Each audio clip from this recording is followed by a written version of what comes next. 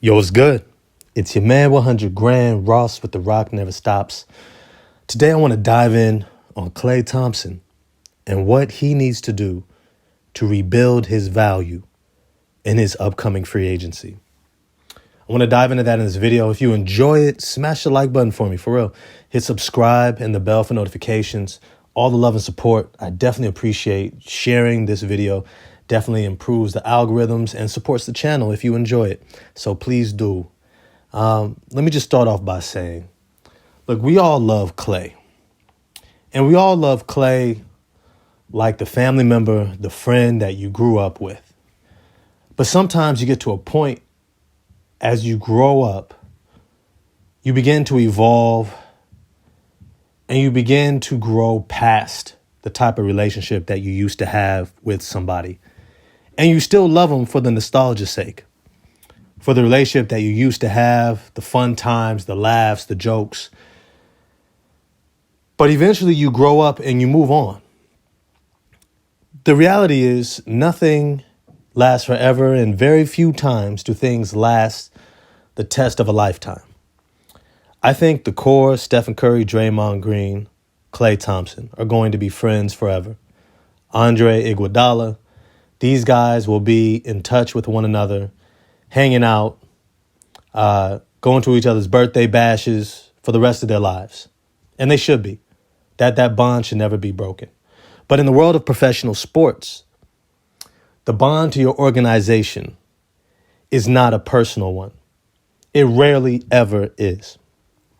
Unless you're that franchise player.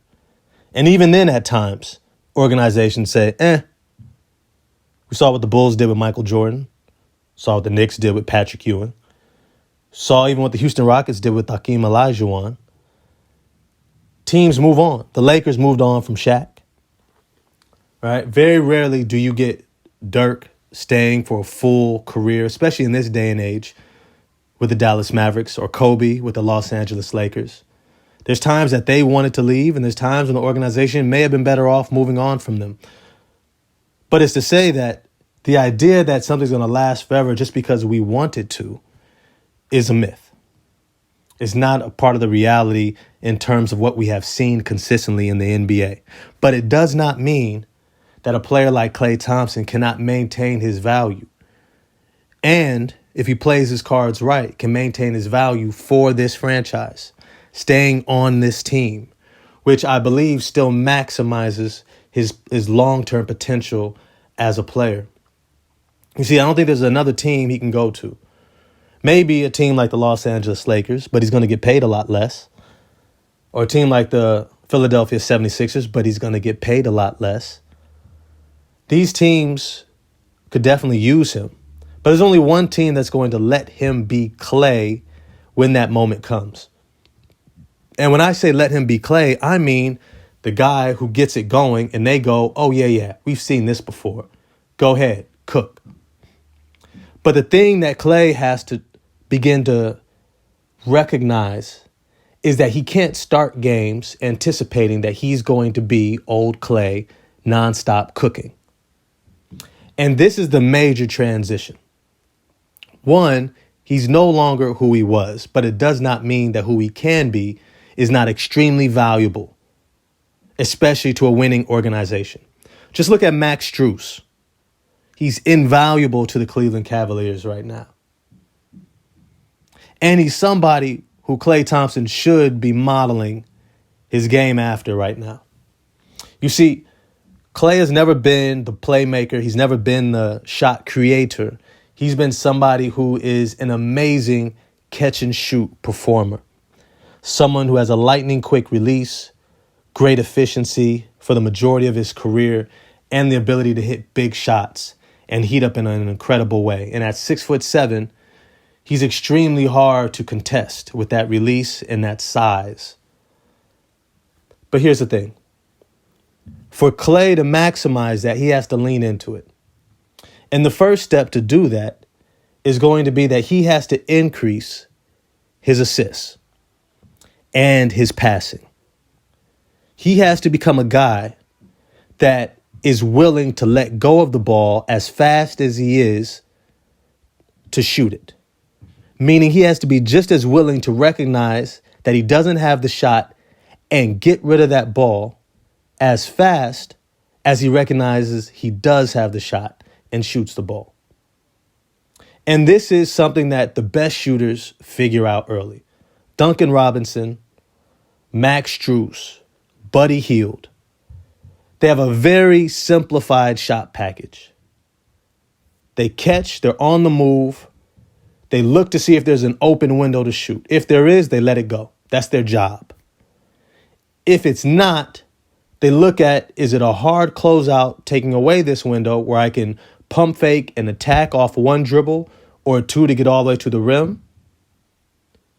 Or do I quickly pass this ball back and then maybe cut behind it and get a give and go?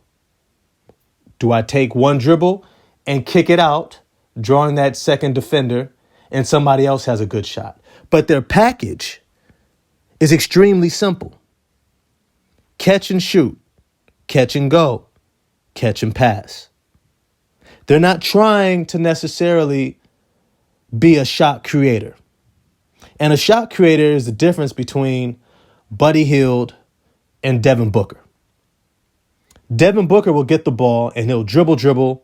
Well, first he'll catch and look to catch and shoot. Maybe take a dribble into a shot.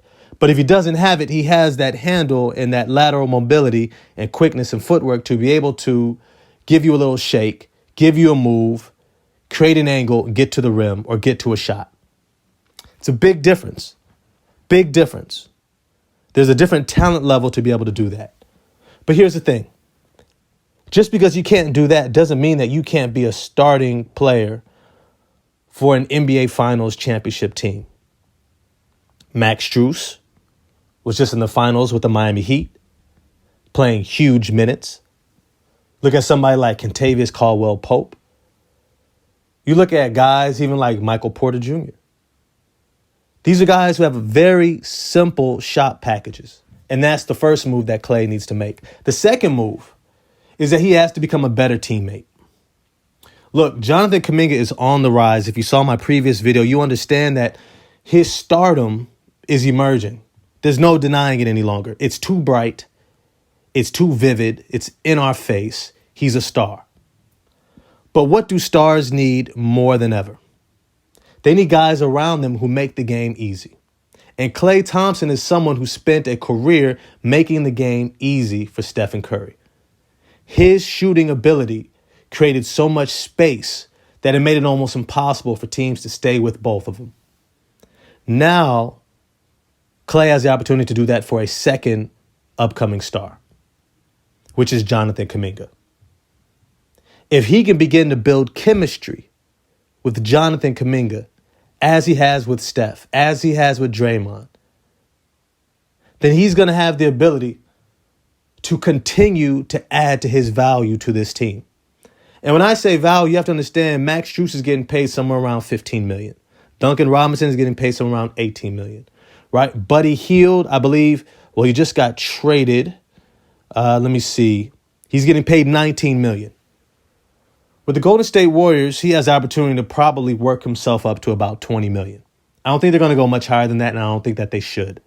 Considering that Klay Thompson is 34 years old, I believe that he's going to be 35 years old, I want to say by the end of this season. It doesn't say his birthday here, but I believe it's by the end of this season he's going to be 35. He's going into 36, 37, 38. If he gets extended for another 3 years after this season, he's going to be 38 years old. He's going to be done. He's not LeBron. He's had 2 major lower body injuries, ACL, Achilles tendon. He's going to be done by then. No one should be paying him more than $20 million, and I doubt he even gets that on the open market. But if he can become a great teammate, show that he can have great chemistry to play off of a rising star in Jonathan Kuminga, simplify his shot package so that he can maximize his efficiency and the overall team's offensive efficiency, he makes himself that much more valuable. The last thing that he has to do is he needs to redirect a lot of his energy into defense. Look, defense isn't always about being the most athletic, being super long, super strong. And I think Klay is a strong defender, but it is about attentiveness and dedication to it. Max Strus is not a great defender because he's 6'7" with a 7'1" wingspan and great athleticism. He's a good defender because he's a dog. And Klay has to tap into that inner dog that he used to have. He used to be a dog. He used to be somebody who would not back down on the defensive end. He would take whatever assignment was given. James Harden, come on, bring it. Kevin Durant, got you. LeBron, let's see what's up. He would stand his ground. And that level of effort in 20, 25, 28 minutes a game, that is invaluable. And I keep saying the term invaluable because this is a quality that teams who are winning are desperately looking for. Desperately looking for. Can you knock down shots? Space the floor consistently? Can you be a good teammate? And can you play defense? If you could do those three things, you're exactly what we're looking for a winning championship team. Klay Thompson is going to have to reinvent himself. He's going to have to look himself in the mirror and say, this is who I need to become to maximize the rest of my career. Or if he's not careful, he's going to end up like Russell Westbrook. He's going to find himself without a contract, signing for a veteran minimum somewhere, and maybe even coming off the bench for the remainder of his career, this last few seasons after this one. And that would be a terrible end to one of the greatest shooters of NBA history. But as always, I want to know what you all think. Do you think Klay can simplify his shot package, become a better teammate to make Jonathan Kuminga better, make it easier on him, and get back focused on defense? What do you think is the difference if he could do those three things in terms of what the Warriors might be willing to pay him? Holler at me in the comments section. We're going to chop it up there, and I'm going to get at y'all next time. Peace.